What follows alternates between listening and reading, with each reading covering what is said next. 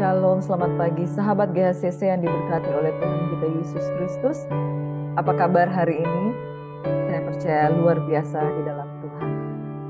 Di bulan yang penuh makna, di bulan Desember, kita mensyukuri anugerah Tuhan bahwa Yesus kita peringati telah lahir di tengah-tengah kehidupan kita. Karena diberkati, sangat bersuka cita ya menyambut Natal. Kita akan merenungkan 5 pasal per hari. Pada hari ini saya akan membawa kita dituntun oleh Roh Kudus. Kita akan merenungkan firman Tuhan 5 pasal dari Kejadian 36 hingga Kejadian yang ke-40. Saudara yang diberkati oleh Tuhan Yesus Kristus, sahabat GHCC yang diberkati. Mari sebelum kita menyambut firman Tuhan, kita satu dalam doa. Terima kasih Bapa di surga. Kekudusan melingkupi kami Tuhan. Hingga hati kami melimpah dengan ucapan syukur.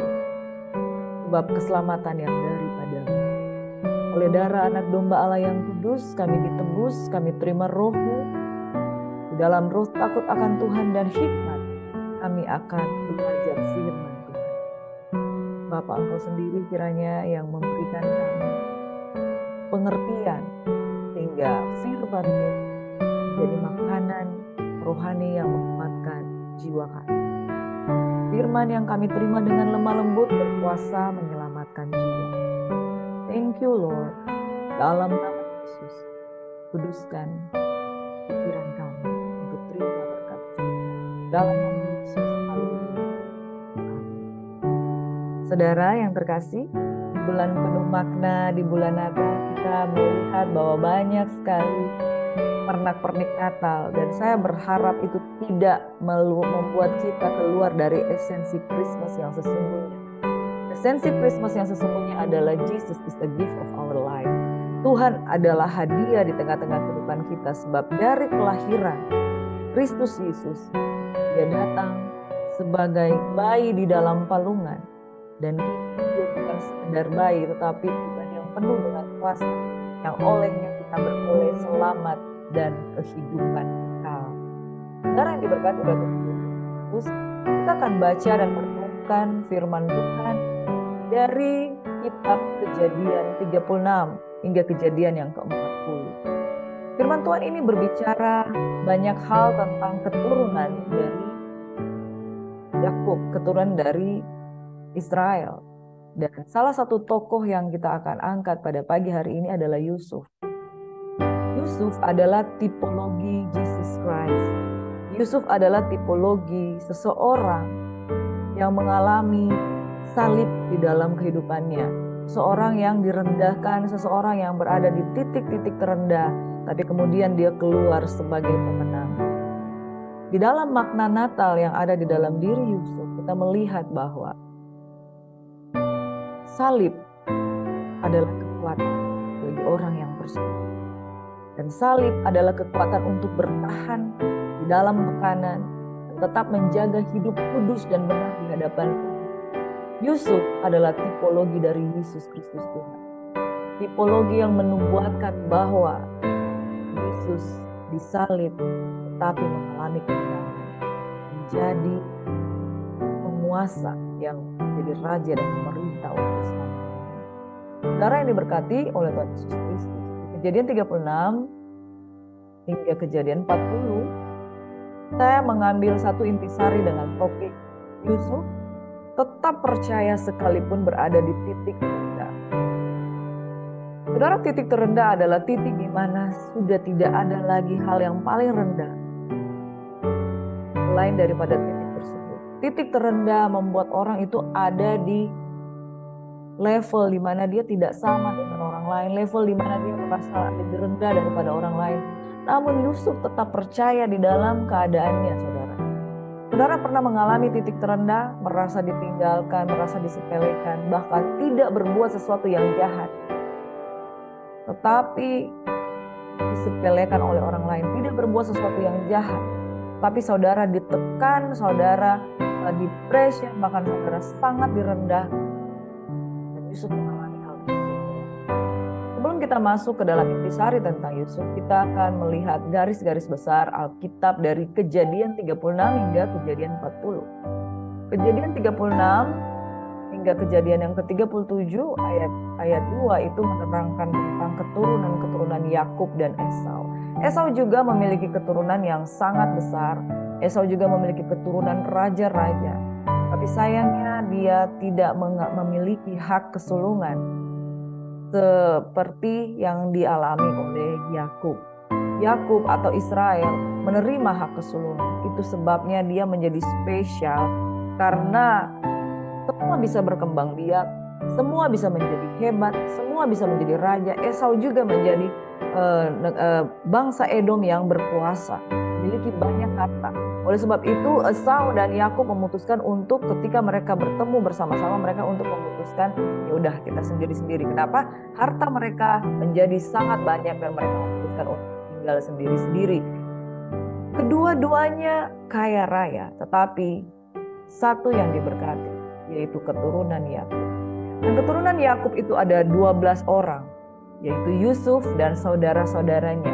Yusuf adalah anak yang dilahirkan pada masa tua dari Yakub atau Israel. Itu sebabnya Yusuf itu sangat dicintai oleh Yakub. Dan seolah-olah kakak-kakaknya yang hebat yang sudah lahir duluan itu tidak lebih berharga di mata Yakub, di mata Israel selain daripada Yusuf. Padahal Yusuf juga punya adik yang lebih kecil lagi, Ben-Oni, dan dinamai Benyamin sebelum Rahel meninggal dunia. Singkat cerita, Yusuf diperlakukan berbeda dengan saudara-saudaranya karena ada cinta yang begitu besar di dalam diri Yakub. Ya, ini sebuah kesalahan, saudara. Ketika seorang parents membeda-bedakan anak-anaknya atas dasar sesuatu yang menjadi alasan untuk dia membedakan anak-anaknya, ini membuat pertentangan terjadi di tengah-tengah keturunan dari Yakub. Yakub sangat mencintai Yusuf. Kenapa? Karena dia lahir di masa tuanya dan Yusuf merupakan idaman dia karena lahir langsung dari perempuan yang sangat dia cintai, yaitu Rahel, saudara.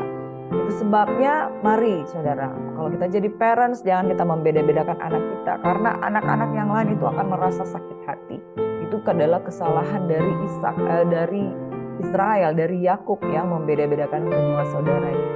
Dalam kitab Kejadian 37 menceritakan dengan lugas bagaimana seorang bernama Yusuf itu menerima visi dan mimpi. Diberikan jubah yang maha indah oleh bapaknya. Dia dikasih oleh bapaknya dan bapaknya menyuruh dia untuk mencari kakak-kakaknya di padang yang mereka sedang merumput, mengembalakan hewan-hewan yang sedang merumput.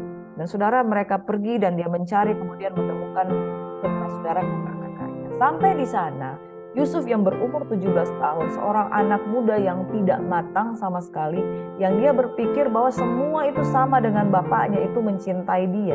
Padahal di dalam hati 11 orang saudaranya, 10 diantaranya karena Benyamin, 10 orang diantaranya itu iri hati dengan dia. Dia dengan begitu polosnya datang ke tengah-tengah kakak-kakaknya dan berkata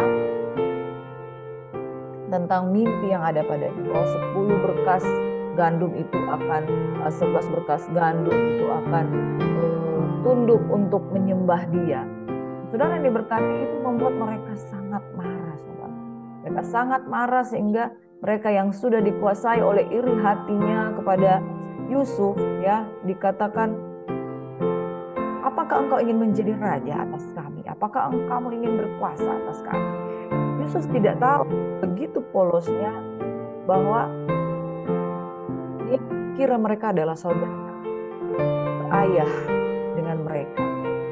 Ternyata mereka dikuasai kebencian dan mereka sangat marah ketika mendengarkan penjelasan Yusuf bahwa ada di ladang ada berkas-berkas gandum, berkas tegak berdiri dan berkas yang lain itu telah berdiri.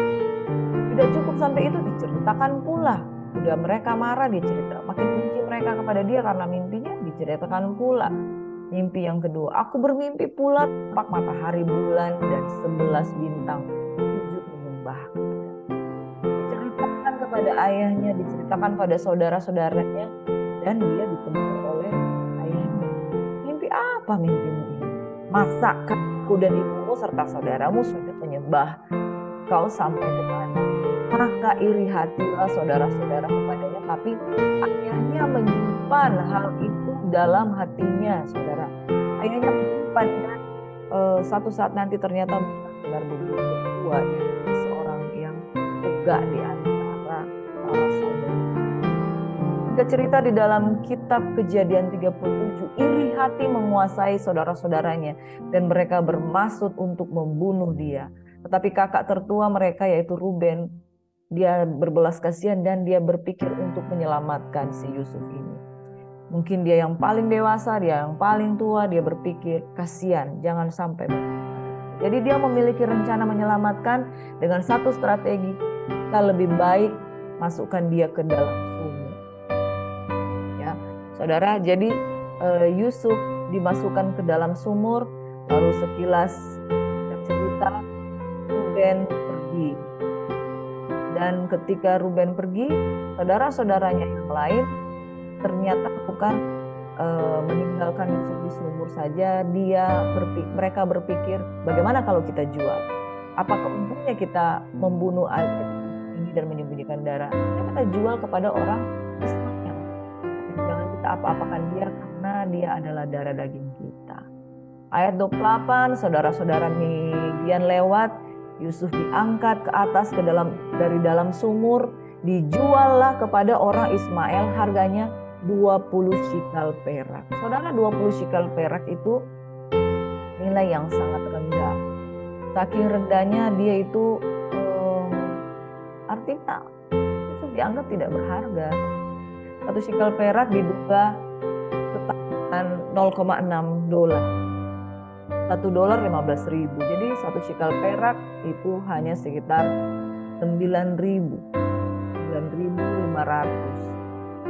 Saudara, 20 shikal perak itu hanya tidak sampai 200.000. Bayangkan, manusia dijual dengan nilai hampir 200.000. Kalau lain perhitungan saya ini ada kesalahan, mungkin kita akan mengoreksi bersama-sama. Tapi saya membaca bahwa 1 shikal itu $0,6. Dan kalau $1 15.000, ya harga 20 shikal perak itu hampir 20.000. Jadi sangat murah. Mereka berpikir untuk mengambil keuntungan di sana, dan mereka menjual dan merendahkan. Saudara pernah dijual? Rasanya sangat direndahkan sekali kalau kita dijual. Apalagi dengan nilai yang sangat murah. Yusuf mengalami keadaan seperti itu, saudara. Dan itu sangat tidak enak kalau kita dijual dengan nilai yang sangat murah. Di usia yang ke-17 tahun, orang yang masih ganteng, masih sehat, dijual dengan nilai yang sangat murah kepada bangsa Ismail. Kemudian saudara, di dalam Kejadian 38 ada kisah yang terselip di sana tentang kehidupan Yehuda dan Tamar. Tamar ini adalah anak mantu dari Yehuda. Tetapi karena anak-anaknya meninggal, karena satu kejadian, Yehuda akhirnya menjadi sepasang dengan Tamar, bekas anak mantunya. Dari Yehuda dan Tamar ini mengalir keturunan ini yang kemudian menjadi garis keturunan Sang Juru Selamat. Di dalam kitab Kejadian 39 hingga Kejadian yang 40 ada sebuah kisah di mana setelah dijual ke orang bangsa Midian, Yusuf kemudian dijual ke tuan yang lain, yaitu Potifar. Nah, kita akan belajar bagaimana hidup di tengah-tengah Potifar. Di dalam Kejadian 40, Yusuf dimasukkan ke dalam penjara. Dia bertemu dengan juru minum dan juru roti. Pada kedua pelayan dari bangsa Firaun, dari Firaun, bangsa Mesir, kedua pelayan dari Firaun ini, dia menerjemahkan mimpi keduanya. Juru roti dimimpikannya akan digantung, akan dibunuh, akan dihukum. Juru minum, dia menerjemahkan mimpinya bahwa kedudukannya akan dikembalikan. Dan setelah dia menerjemahkan mimpi ini, dia katakan kepada juru minum, jangan lupakan aku. Tetapi juru minum itu melupakan dia. Sudah dia diangkat kembali, kedudukannya dipulihkan di istana sebagai juru minum. Demikian ringkasan dari Kejadian pasal 36 hingga pasal yang ke-40. Ada satu perenungan yang kita akan bahas di sini dengan satu tema, Yusuf tetap percaya sekalipun berada di titik terendah. Di dalam Kejadian 39 ayat 1 hingga ayat ke-9, firman Tuhan berkata, adapun Yusuf telah dibawa ke Mesir. Kitab Kejadian 39 ini dikatakan ketika Yusuf dibawa ke Mesir. Yusuf dibawa ke Mesir dan Potifar seorang Mesir, pegawai istana Firaun, kepala pengawal raja, jadi bukan seorang yang berkedudukan biasa-biasa. Dia yang sudah membeli Yusuf dari tangan orang Ismail yang telah membawa dia ke situ. Yaitu tangan pertama orang yang sudah membeli Yusuf dengan nilai 20 shikal perak. Dan kita lihat di dalam ayat yang kedua, tetapi Tuhan menyertai Yusuf. Sehingga ia menjadi seorang yang selalu berhasil dalam pekerjaannya. Maka tinggallah ia di rumah tuannya orang Mesir itu. Saudara diberkati, menjadi budak, jadi orang yang dijual, itu posisinya adalah posisi terendah. Dari kasta manusia itu merupakan posisi pembantu yang bukan sekedar pembantu, tapi budak. Dijual dengan dan dinilai dengan uang. Namun sesuatu yang hebat dan luar biasa di sini, bagaimana seorang yang bernama Yusuf ini disertai oleh Tuhan.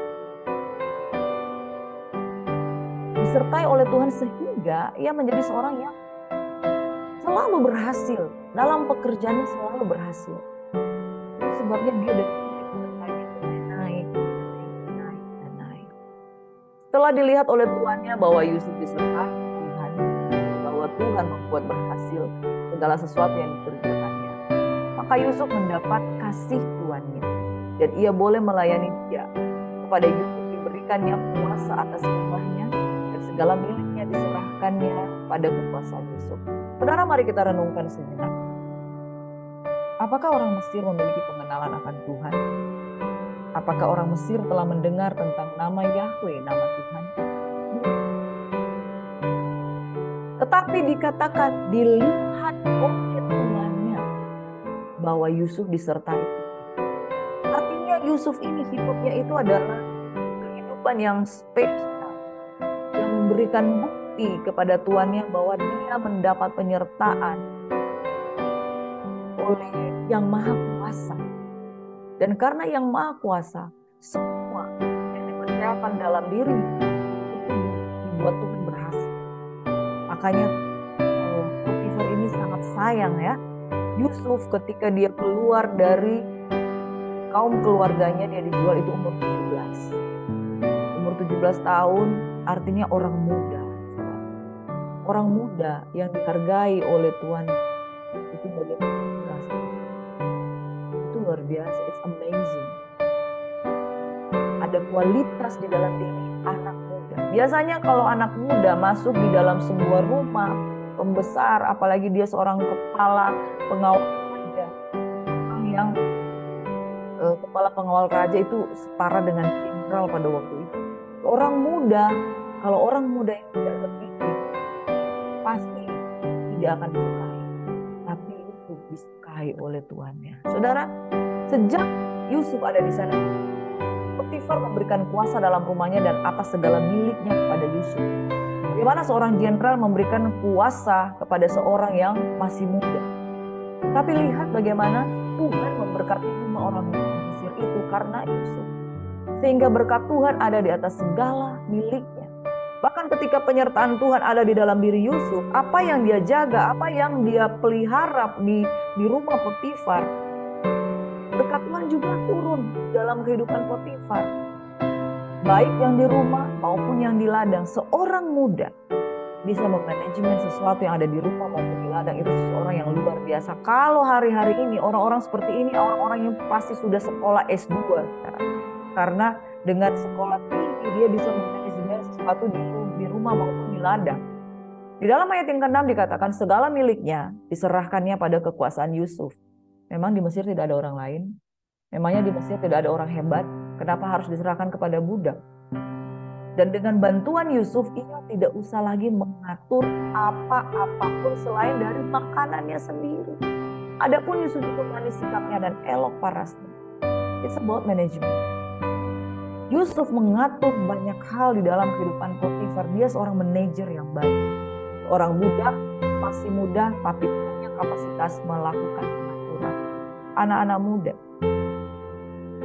Firman Tuhan katakan, janganlah seorang pun menganggap engkau rendah karena engkau muda. Tetapi bagaimana kita bersikap, di situ kita akan mendapat penghormatan dan kasih sayang dari pemimpin atau orang lain. Tidak semua orang muda diperlakukan spesial. Orang muda seperti Yusuf, karena takut akan Tuhan, dia bisa memanajemen segala sesuatu dan dia dibuat Tuhan berhasil. Padahal dia orang buang. Ini kualitas yang harus ada di dalam diri kita. Setelah beberapa waktu, istri tuannya memandang Yusuf dengan berahi. Lalu katanya, marilah tidur dengan aku. Saya yakin dan percaya seorang wanita Mesir adalah seorang yang sangat terawat, sangat cantik, karena Mesir adalah peradaban yang paling tinggi pada waktu itu. Dan kapasitas wanita ini, istri Potifar ini adalah seorang istri kepala pengawal raja. Ya pasti sangat cantik. Kita tahu bahwa di Mesir ada Cleopatra, ada gadis-gadis cantik yang berperawakan itu baik dilihat. Jadi sangat menarik. Tapi dia seorang yang sudah menikah. Lalu Yusuf menolak dan berkata kepada istri tuannya itu, dengan bantuanku Tuhan itu tidak lagi mengatur apa yang ada di rumah ini. Dan ia telah menyerahkan segala miliknya pada kekuasaanku. Bahkan di rumah ini ia tidak lebih besar kuasanya daripada komunitas yang dipercayakan ya kepada dia. Luar biasa. Ayo anak, jaga integritas. Karena tidak ada seorang pun yang dapat menganggap engkau rendah asal engkau betul-betul memiliki. Tiada yang tidak diserahkannya kepadaku selain daripada engkau, sebab engkau istrinya. Bagaimana mungkin aku melakukan kejahatan yang besar ini dan berbuat dosa terhadap Allah? Artinya orang muda ini punya kualitas. Punya kualitas, dia disertai Tuhan. Dia dibuat Tuhan berhasil dan dia punya integritas. Ini adalah 3 kualitas yang dimiliki orang muda yang dijual. Dia ada di titik terendah, masuk ke dalam sumur, dijual kepada bangsa Ismail, dan dijual kepada kepala pengawal raja. Tetapi tidak mengurangi nilai kualitas kepribadian yang sekalipun dia sudah mengalami banyak titik terendah di dalam kehidupannya. Saudara, ada banyak orang ketika dia mengalami titik terendah, tidak saja dia mengalami titik terendah, tetapi kualitas manusianya juga mengalami degradasi atau penurunan. Kualitas manusianya juga berkurang. Kenapa? Karena kecewa, akhirnya mulai meninggalkan Tuhan dan tinggal di dalam kehidupan yang minor, kehidupan yang penuh dengan kekurangan. Titik terendah harusnya tidak membawa kita juga mengalami kebinasaan. Kita bisa keluar dari titik terendah pada saat kita sungguh-sungguh dengan Tuhan.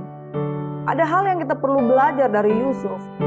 Jangan salahkan posisi di mana kita berada saat ini. Ketika kita merasa didudahkan, kita merasa dijual, kita merasa difitnah, kita merasa dijebak dalam segala situasi. Kalau kita menjaga kualitas manusia kita, keadaan seperti itu tidak akan memenjarakan kita di titik. Tapi Tuhan menyertai Yusuf sehingga ia menjadi seorang yang selalu berhasil dalam pekerjaannya.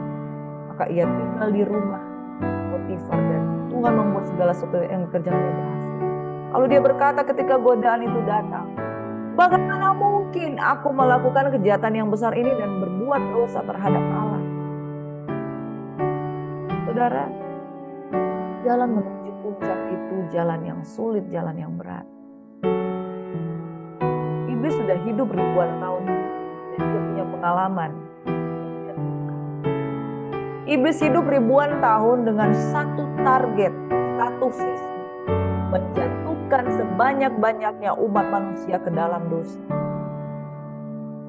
Dia tahu bahwa Yusuf ini telah mendapat visi yang besar dari Allah.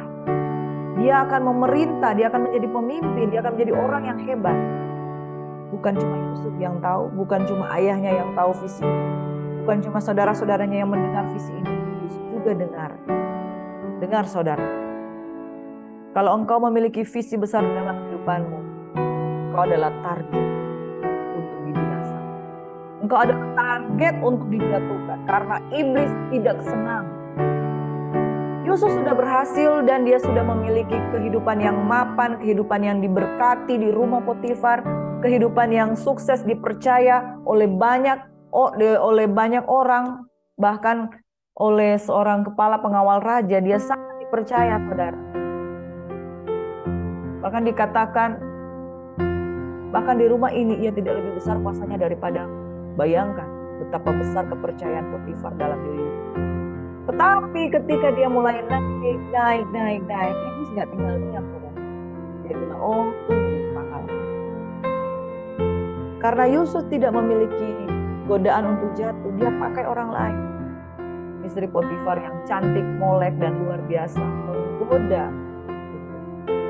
Dalam hal ini tidak berbuat dosa.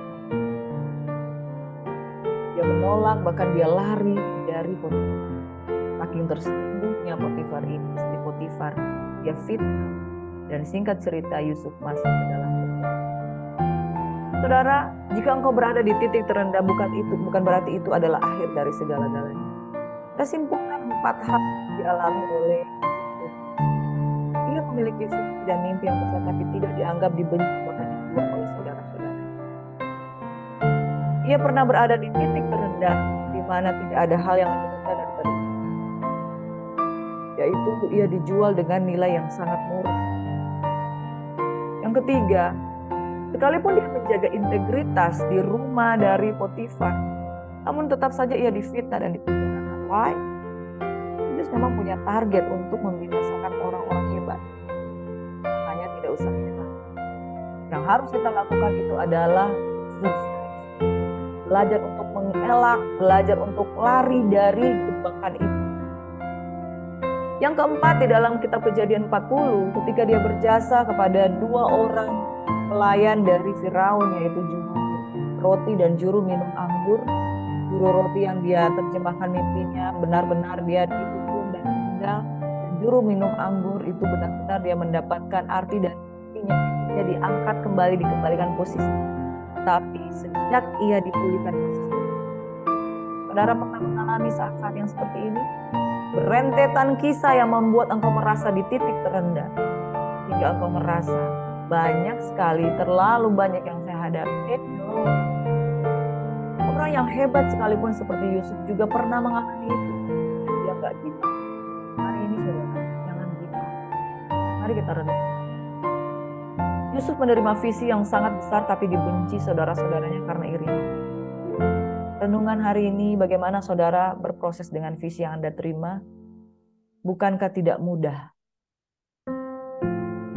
Kita mendapat sesuatu hal yang hebat, tapi mungkin orang gak percaya, emang kamu bisa? Tapi orang yang hidup dengan Tuhan, dia akan terus melakukan apa yang Tuhan inginkan. Yusuf menerima visi yang besar, tapi saudara-saudaranya membenci dia. Saudara-saudaranya percaya kepada dia. Sebabnya pesan Tuhan hari ini saya mau katakan, kalau engkau punya visi yang besar, jangan ceritakan kepada orang yang tidak bisa mendukung visi. Ceritakan kepada orang yang bisa mendoakan, mendukung visi, supaya engkau menjadi orang hebat dan betul-betul berjalan di dalam visi Tuhan. Seringkali ketika kita nggak matang, kita cepat sekali menceritakan kepada orang lain. Saya mendapat visi ini. Kita share ke orang lain. Hasilnya mereka nggak mendukung, mereka menertawakan kita. Akhirnya kita sendiri yang repot. Kenapa? Kenapa mereka tidak mendukung? Akhirnya sini kecewaan muncul. Visi itu berproses, saudara. Visi itu nggak instan. Visi, apalagi visi yang besar, penglihatan itu akan menanti saatnya. Visi itu akan hidup. Kitab Habakuk berkata, tapi orang yang percaya akan hidup oleh iman. Kalau hari ini engkau menerima visi Tuhan yang luar biasa, satu yang harus kamu lakukan, kerjakan. Dan percayakan itu kepada orang yang dapat dipercaya untuk sharing tentang visi.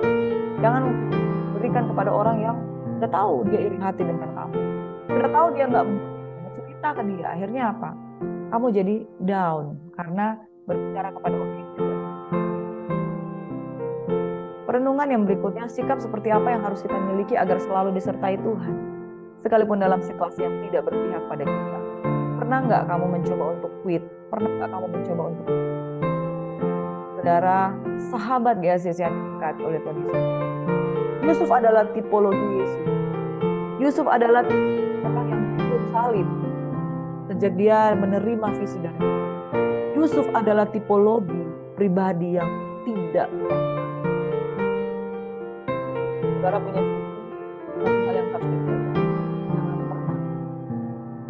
Saudara punya kualitas, satu yang harus kau miliki.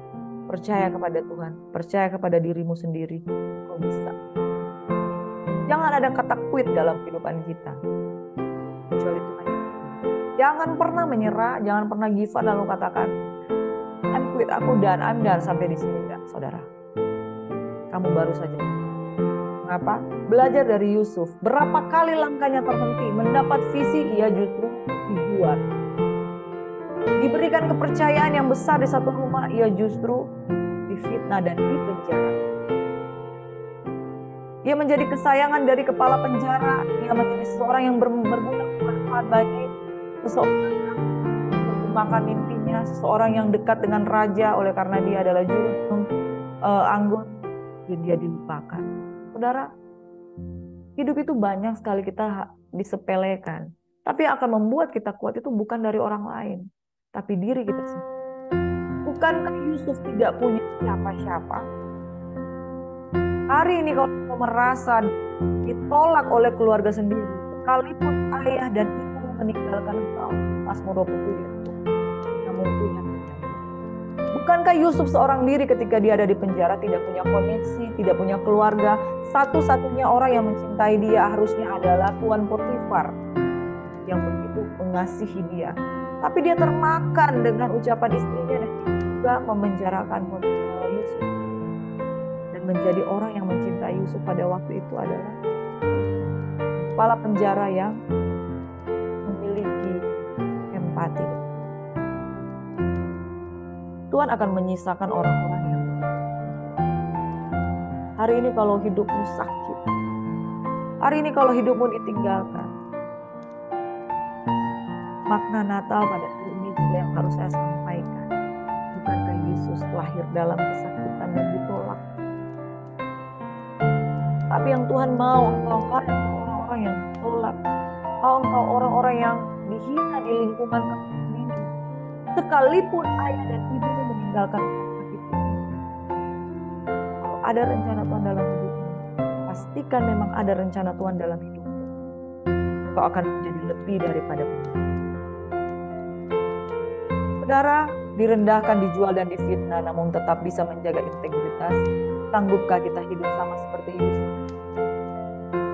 Disepelekan, dijual, difitnah, dipenjarakan, tapi tetap jaga.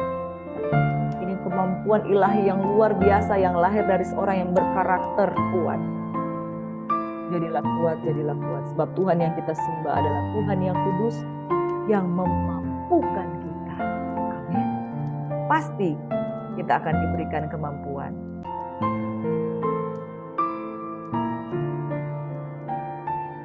Kesimpulan yang kita pelajari dari kehidupan Yusuf, dia tetap percaya kepada Tuhan sekalipun dia pernah di titik terendah.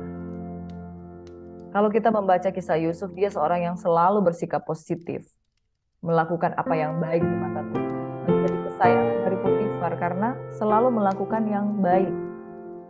Jadi berada di titik terendah tidak menjadi alasan untuk kita menjadi seorang yang amburadul, kacau, dan tidak mau melakukan apa yang benar. Titik terendah tidak menjadi alasan untuk kita menghancurkan kehidupan kita. Ada dua orang kakak beradik yang lahir dari keluarga yang berantakan. Ada sebuah kisah yang mereka lahir dengan orang tua yang pemabuk. Anak yang pertama, karena dia lahir dari seorang keluarga yang pemabuk, dia juga jadi seorang yang gampang minum minuman keras, hidupnya berantakan, hidupnya di jalan, dia melakukan banyak kejahatan.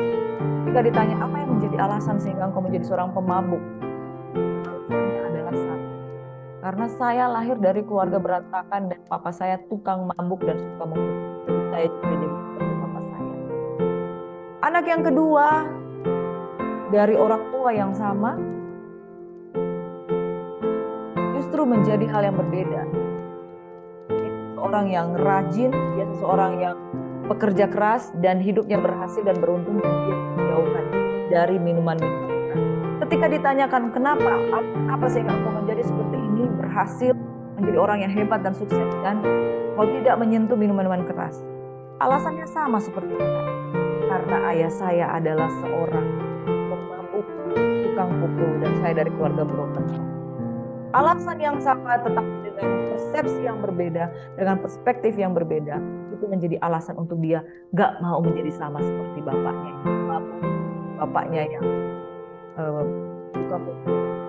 Dari situasi yang sama, seseorang bisa memiliki keputusan itu. Yang orang yang pertama menjadikan itu alasan untuk dia menjatuhkan diri ke dalam. Anak yang kedua menjadikan alasan tersebut sebagai alasan untuk dia tidak seperti yang dia lakukan. Saudara, bersikap positif adalah keputusan. Entah engkau ada di tengah lingkungan yang sehat atau tidak sehat, jadikan motivasi untuk hidup benar dari apa yang kamu alami. Yusuf bersikap positif ketika dia terpuruk, dia mau menjadi lebih baik. Yang kedua, dia selalu mempercayai Tuhan sehingga ia senantiasa disertai oleh Tuhan. Dikatakan di dalam Kejadian 39, apa saja yang dia lakukan, dia berhasil karena disertai Tuhan. Dan orang yang tidak mengenal Allah, orang Mesir itu bisa melihat Tuhan. Saudara, selalu mempercayai Tuhan, maka kita disertai. Yang ketiga, dia tidak tinggal dalam kepahitan dan kegagalan, pemaaf dan tidak memaafkan. Mengapa saudara saya katakan begini? Karena di dalam kisah Yusuf tidak pernah diceritakan dia membalas siapapun yang menjual dia, menganiaya dia, bahkan saudara-saudaranya dia maafkan. Yang keempat, perlahan tapi pasti dia bergerak dalam Yesus. Pegang janji firman Tuhan. Hari ini engkau ada di titik terendah. Suatu saat nanti Tuhan akan mempermuliakan orang-orang yang takut akan Tuhan. Tuhan tak pernah janji langit selalu biru, suatu pujian berkata seperti itu. Tapi dia berjanji selalu menyertai. Tuhan tak pernah janji jalan selalu rata. Tetapi dia berjanji berikan kekuatan. Jangan pernah menyerah saudara. Jangan pernah berputus asa sahabat GHCC. Mujizat Tuhan ada saat kita menunggu. Mujizat Tuhan ada. Selamat menyambut Natal. Selamat menyambut bulan penuh kekudusan. Dan selamat menyambut Yesus sebagai Raja dan Tuhan. Yusuf adalah tipe Yesus Kristus. Mari saudara, jangan pernah menyerah pikul salib. Jangan pernah menyerah ketika engkau ada di titik terendah. Jadikan engkau memiliki perspektif yang benar. Justru di tengah-tengah titik terendah, engkau akan memotivasi dirimu menjadi pribadi yang lebih baik. Mari berdoa. Yesus telah mati bagi kami. Sebelum telah lahir di tengah-tengah kami sebagai pribadi yang begitu banyak ditolak. Tapi dia menang. Dia lahir dan kami menyambut kelahiran Yesus Kristus. Di bulan yang penuh dengan peringatan tentang kelahiran Yesus Tuhan, kami menyadari bahwa ketika kami menyambut Engkau dengan sungguh-sungguh Tuhan, maka Engkau tinggal dalam kami dan kami disertai. Bapak, kami harus memiliki perspektif yang benar untuk kami menjadi lebih daripada pemenang. Oleh sebab itu urapi orang-orang muda yang hari ini mendengarkan firman Tuhan. Kekasih-kekasih Tuhan, sahabat Yesus yang diberkati. Tuhan kiranya memberkati. Mari kita terima berkat Tuhan. Tuhan memberkati dan melindungi, Tuhan menyinari dan mencurahkan belas kasihan-Nya pada kita. Kita menjadi lebih daripada pemenang. Titik terendah tidak membuat kita terpuruk. Tapi di titik terendah kita melihat bagaimana Tuhan sanggup mengangkat orang-orang yang bersungguh hati dan percaya kepadanya.